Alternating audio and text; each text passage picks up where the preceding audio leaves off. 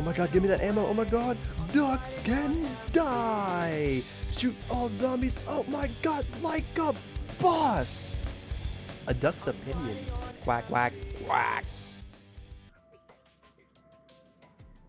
What's up guys, A Duck Opinion here, and if I pull this off, this will be a very informational video, tips and tricks through round 1 through 20 on solo of Mob of the Dead. Now in solo you get 3 purgatory modes, and on multiplayer you only get 1, so it makes it a lot more difficult in multiplayer, but you pretty much just have to talk to your friends, you know, use teamwork, and you guys can still do the same. It's 50 times already. And we'll go through it another 50 if that's what it takes. So we gotta wait and skip this. You guys can watch it if you want. It is actually one of the best intro videos I've ever seen. It's a really cool part here because Fairly good. the guard talks about his kid, Mr. DeLuca. My boy Tommy, he's almost 6 now. and then look at the dude's face. He knows that they're about to kill that guard. I think he feels like a little bad for him, like damn, he's not going to get to see his kid. But enough of that bullshit, let's do this. So there's a lot of stuff I want to cover in this 1 through 20. I will be covering how to make everything. I'll be covering all the traps. I'll be covering even the hidden songs. We will be flying, we will be pack-a-punching. I will do everything in this round 1 through 20. And by the time you're done watching these informational tips and tricks videos, you will be a lot better at this map, Mob of the Dead, I guarantee it. So, the first thing we want to do is we want to go in this little door right here and power this particular generator. Now you will start off in the afterlife mode as you see, and at the bottom of your screen you'll see a little counter between your hands. When that gets to the bottom you will die and it'll be game over. So when you're in this purgatory mode, which is the afterlife mode, you have to revive yourself before your meter goes down. And if you do the right click as I've shown you guys, you can shoot, and if you hold A you can levitate. So let's get up before it kills us. If you start reviving yourself at the last second, it will stop counting down and it will let you get up. I've been able to pull some very sketchy stuff doing the afterlife mode. It is friggin' awesome. I do like it a lot, but the things I don't like about the afterlife mode is the fact that you have to go in the afterlife mode to open some particular doors. You can walk around them, but it's just a lot easier to do it earlier on. And eventually you're going to want those doors open. So you either want to grab this ×2 on your first or second rounds. I recommend maybe your first round just because you can really get 4 bullets in each zombie and knife them. But I like to do it sometimes in the second round just because the second round can be a little more sketchy. But I do always leave. Even if I get the ×2 or not, I always leave when I get 2,000. That is the things we need to do, and here are the things we need to do on this wall to build the plane and to get out of here. We need to find the warden's key, we need to get the plane parts, we need to build the plane on the roof, and get the hell off the island. Here's a map showing where everything is if you need help, and here are the checklist of items that we will need.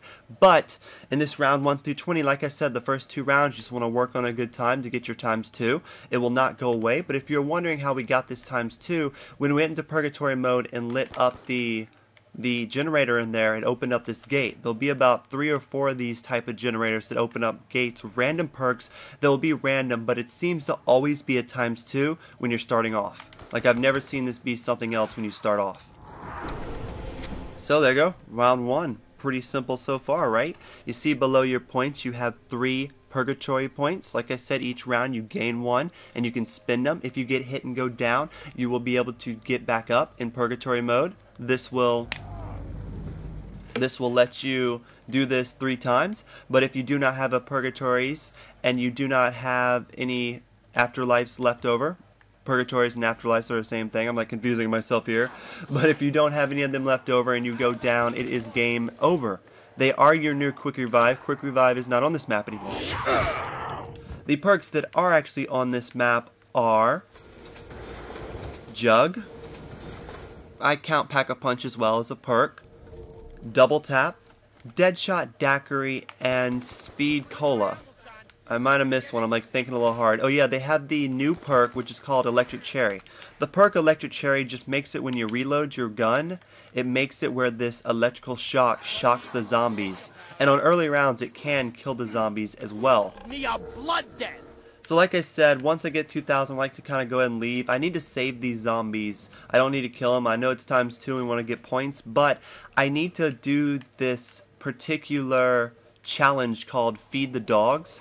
And when you feed the dogs, you are able to unlock the tomahawk, and you want to do that right away. So the first door I want to go to is the one in the library right here. I'm just going to try to build this, get a couple extra points, times 2. So I'm going to go ahead and open this door and come up here, and I'm going to get the gun that is in the transit bus, which is right here, which is the B23R. So I want to explain the perks a little bit more if you guys don't know what they are. Jug makes it where you can take 5 hits before you go down instead of 2.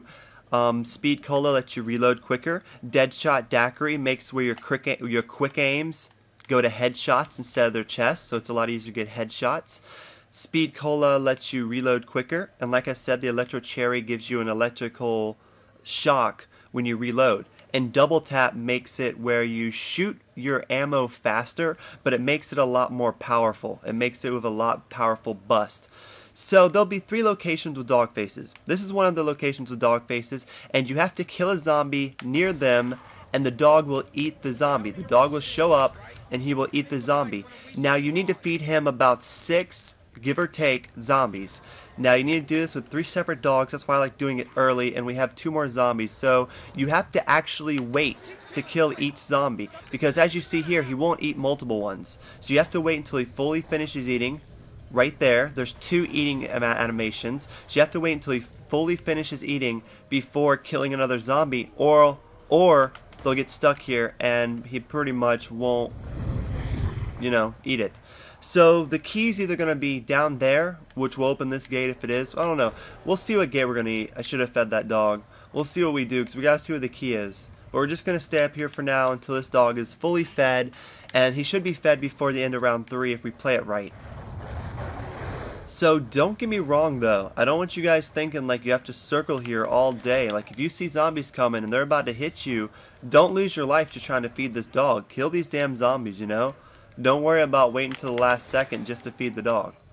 Because like I said here, you know, the dog's eating, so if I kill zombies now, he won't eat them. But he's done eating now, so when I kill this zombie, he'll actually eat that zombie. So that's really how the dogs work. So there's a lot of information in this tips and tricks 1 through 20 videos. That's why I'm kind of doing them in parts. So you guys don't get too lost. You guys can re-watch these over and over and kind of master it. You know, I've been mastering this in the last 3 days. I know this map very well. I've already went to round 40, but there you go. We have fed the dog. He goes back in the hole, and we will move on to the next dog head.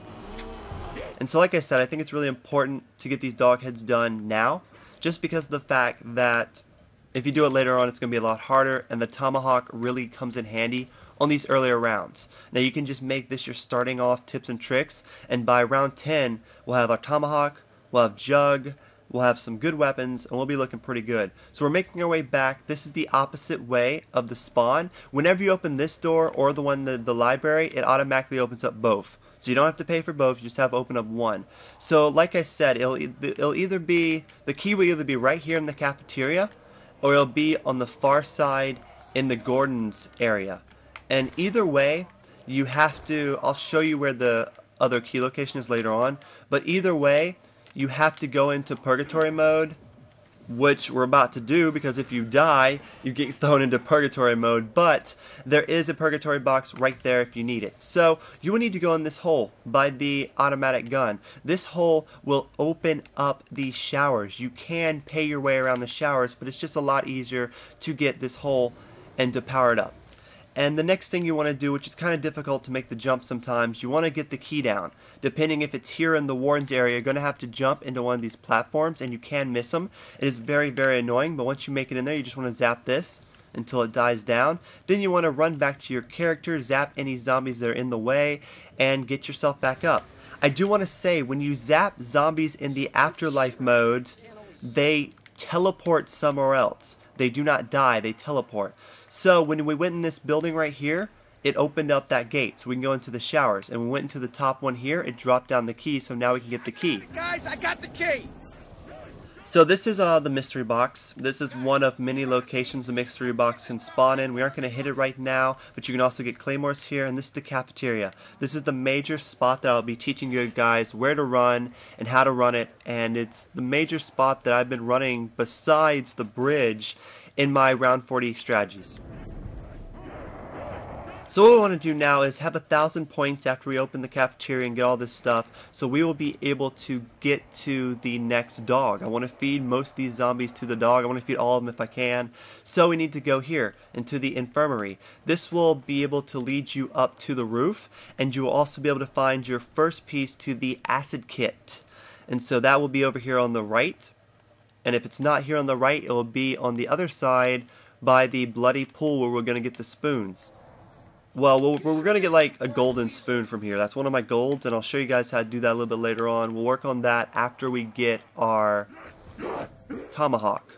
So coming over here, there will be a part, and there will be the dog face. So go ahead and kill a zombie to start the dog face. We have a max ammo, which is a great way to start off round 4. And I know we had to do a lot of stuff on round 3. You know, it is a lot of running around, but I'm doing a lot of stuff. And I guarantee you guys, if you do this stuff like this, and if we make it through, we will be able to pretty much be in a solid position to get to any round by the time we get to round 40.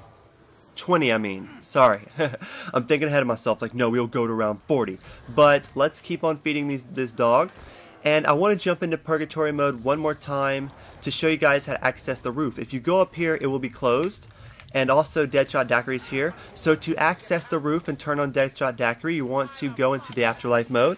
We have plenty of afterlives, and it is the end of the round, so I'm not too concerned. So let's go over.